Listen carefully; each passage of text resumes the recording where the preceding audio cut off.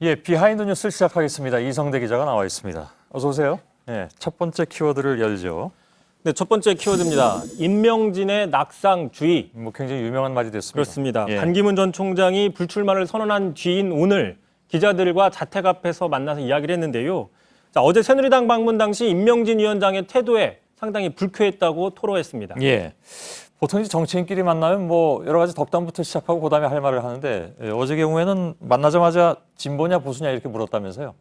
그렇습니다. 그것 때문인데 진보적 보수주의자를 스스로 자처한 반 전 총장 입장에서는 어떤 이분법적인 질문에 상당히 불쾌감을 느꼈을 거라는 주장이 분석이 나오고 있습니다. 예. 자, 게다가 낙상주의라는 농담까지 했는데 다시 한번 들어보시죠. 예. 특별히 겨울 같은 때는 미끄러워가지고 여기저기 다니다면은 이 낙상하기 아주 쉬워서 집에 가만히 있는 게 좋습니다. 뭐. 예. 진보 보수 이렇게 왔다 갔다 하지 말라 뭐 이런 뜻으로 해석이 되긴 되는데 나름 이제 진보적 보수주의 기치를 내건 입장에서는 이거 뭐 나를 뭐 희화화시키나 이런 생각을 할 수도 있을 것 같습니다. 근데 그 이미 사퇴 의사를 지금 뭐 나온 얘기들 보면 만나고 있을 때 여긴 사퇴 성명서를 가지고 있었다는 얘기까지 나오고 그런 상황에서 이제 이런 비아냥을 들었다라고 생각을 하면 그래 관두자 이런 생각을 할 수도 있다 이런 얘기군요. 사후 이제 그런 분석들이 좀 나오는 건데요. 예. 어쨌든 그러다 보니까 임명진 위원장이 좀 난처해진 모습입니다. 올 수 있었던 사람, 새누리당으로 올 수 있었던 사람을 내쫓았다는 불만들이 나오고 있는 건데요. 예. 자, 그러자 오늘 기자들과 만나서 이렇게 해명을 했습니다. 진보냐 보수냐로 비판한 적은 없고 낙상에 조심하라는 발언은 여기저기 두루두루 다녀봐야 소용없으니까 방도 크고 편한 새누리당으로 들어오라는 의미였다라고 해명을 했습니다. 글쎄 그냥 상식적으로 들으면 저 해명이 맞는 말 같긴 한데 근데 아무래도 이제 그 반 전 총장 입장에선 고깝게 들렸을 가능성은 좀 있을 것 같습니다. 예. 그렇습니다. 어쨌든 간에 이 낙상을 조심하라는 이 발언을 한 임명진 위원장도 낙상을 입었다는 평이 나옵니다. 아 그런가요? 예. 그러니까 어떻게 보면 이제 인 위원장이 나가달라는 사람들은 지금 다 하나도 안 나가고 있고 받으려고 했던 사람은 오히려 안 들어오고 그냥 사퇴해버린 그런 상황이 된 것 같습니다. 다음 키워드는요? 두 번째 키워드 가겠습니다. 김무성 재등판론. 자, 같은 이야기인데요. 반기문 요즘 뭐 돗자리 까는 사람들이 많이 있는데요. 예. 저런 얘기가 나올 것 같긴 했습니다. 예. 바로 계속해주세요. 나왔습니다. 예. 그래서 반기문 전 총장 불출마로 지금 당황한 거는 바로 바른정당인데요. 더 당황한 거는 바로 김무성 전 대표라는 얘기도 나오고 있습니다. 예. 반기문 등의 킹메이커 역할을 위해서 스스로 불출마까지 했는데 지금 계획이 무산됐다는 거죠. 자, 측근으로 불리는 김성태 의원 이렇게 얘기를 했습니다.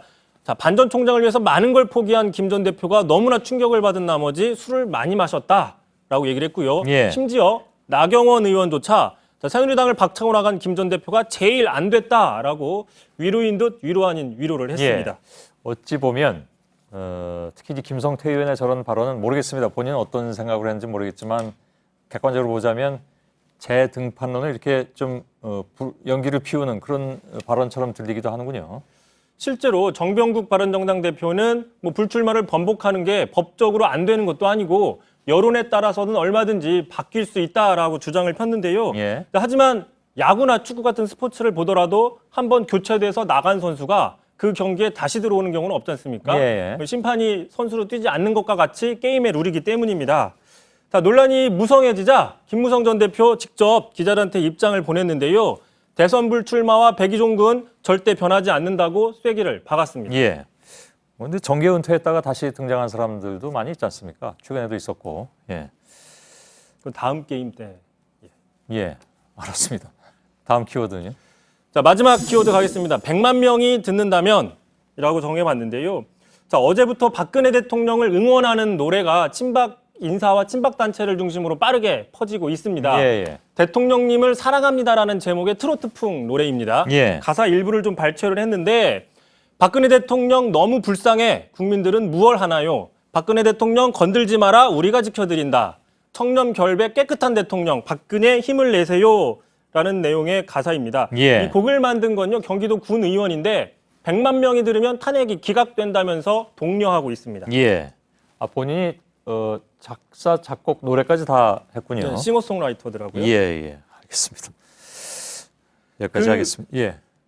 그래서 지금 보니까 오후 7시 현재 기준으로 좀 봤더니 54만 명 정도 제가 들어오기 직전에 확인했더니 거의 비슷합니다. 예. 조회수가 어쨌든 50만을 넘었고요. 저도 어쩔 수 없이 클릭은 해봤습니다. 예. 근데 보신 것처럼 좋아요보다는 싫어요가 더 많았습니다. 조금 더 많군요. 비판적인 의견이 있는데요. 예. 이 중에 보니까 자, 나는 그 100만 명에서 빼달라라는 댓글들도 있었습니다. 예, 알겠습니다. 100만까지 갈지는 좀 보겠습니다. 예. 이성대 기자였습니다.